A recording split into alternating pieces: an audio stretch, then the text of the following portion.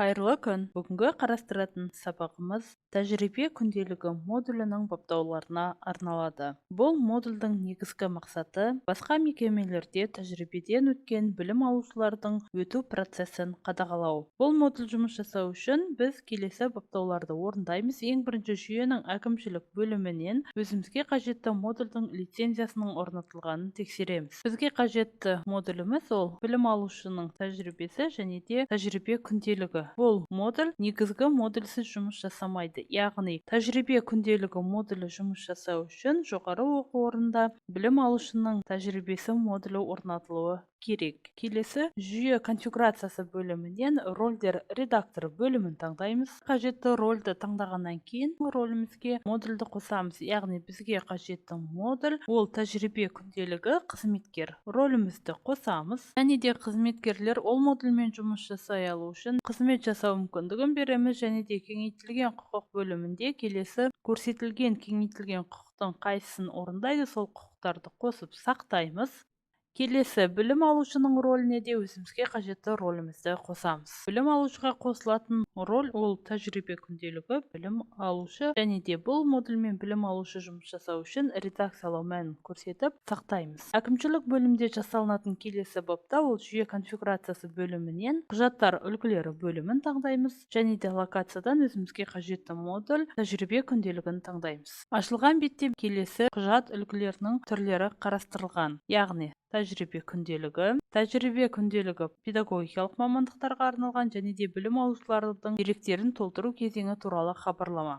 Тәжірибе күнделігі бөліміне күнделігіміздің үлгісін саламыз. Бұл бөлімдегі құжатқа параметрлер бөлімінде қарастырылған идентификаторлар қойылатын болады. Ал білім алушылардың деректерін толтыру кезеңі туралы хабарлама бөлімінде текстік хабарлама түрінде біз өзімізге қажетті ақпараттарды толтырып сақтаймыз. Осындай ретпен жүйенің әкімшілік бөлімінде баптаулар орындалады. Баптаудың келесі бөлімін жүйенің қолданушы интерфейсі бөлімінде қарастырамыз. Бұл бөлімде өзімізге қажетті модуліміз таңдаймыз, және де реттеулер бөлімін таңдау арқылы модульге баптаулар жасаймыз. Яғни біздің жасалынатын баптаулар ол тәжірибе күнделігінің параметрлері бөлімінде жасалынады. Бұл бөлімде деректерді толтыру бойынша нұсқаулықтар және де қауіпсіздік техникасы бойынша нұсқаулықтарды жүктеуімізге болады. Келесі, қосу батырмасын таңдау арқылы біз өзімізге қажетті тәжірибе түрі және де академиялық дәреже бойынша тәжірибе түрін қоса аламыз. Ол үшін қосу батырмасын таңдаймыз, академиялық дәрежені таңдаймыз, тәжірибе түрі, яғни біз қандай тәжірибе түрінен құрастырып жатырмыз, соны көрсетеміз. Келесі, білім беру бағдарламалары бөлімінен өзімізге қажетті білім беру бағдарламаларын таңдаймыз. Яғни осындай ретпен өзіміз бірнеше білім беру бағдарламаларын көрсетеміз. Келесі, тәжірибе туралы ақпаратты толтыру үшін студенттерге хабарлама жіберіңіз. Егер де бұл ұяшықты белгілейтін болсақ, онда тәжірибе басталғанға дейін күндер саны, яғни білім алушыға тәжірибе басталғанға дейін қанша күн бұрын ескерту жіберілу қажет, сол уақытты көрсетеміз. Келесі, білім алушыларға тәжірибе күнделігін қалыптастыру кезінде ЭЦХ-ға қол қою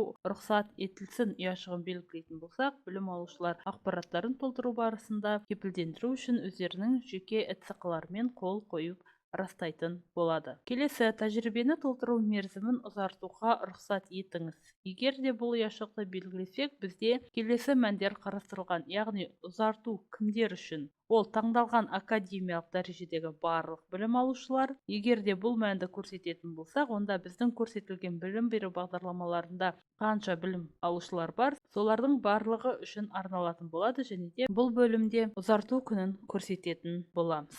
Ал егер де күнделікті толтыру аяқталмаған білім алушылар мәнін қалдыратын болсақ, онда тек қана аяқталмаған білім алушыларға ғана ашылатын болады. Келесі, білім алушылардың тәжірибе күнделіктерінде сұрау жүргізуге сілтемені бейнелеу. Яғни бұл бөлімде белгілейтін болсақ, онда сілтемені көрсетеміз. Сол сілтемеге өту арқылы білім алушылар қандай да бір сауалнамадан өтетін болады. Келесі бөлім Тәжірибе күнделігінің бөлімдері, яғни бұл бөлімде келесі бөлімдер қарастырылған. Яғни бөлімді таңдаңыз бөлімінде бізде жалпы тәжірибе өту жұмыс кезеңдері, жоспар бойынша жұмысты орындау, тәжірибе жетекшісінің қорытындысы, ұйыммен танысу, яғни осы бөлімдер қарастырылған. Және де біздің қосқан бөлімдеріміз төменгі бөлімде бейнеленеді. Келесі төменгі бөлімді таңдайтын болсақ, әр бөлімге өзіне қатысты ақпараттарды көрсетеміз. Яғни өрістерді таңдаңыз бөлімінде білім алушылар қандай ақпараттарды бұл бөлімге толтыру керек, сол бөлімдерді көрсетеміз. Яғни егерде барлық бөлімдерді қосатын болсақ, барлығын таңдаймыз, ал егерде қандай да бір бөлімді қосып қарастырылмаған жағдайда алып тастауымызға болады. Келесі жоспар бойынша жұмысты орындауды зерттеу, яғни бұл бөлімде де өзімізге қажетті бөлімдерді қосып сақтаймыз.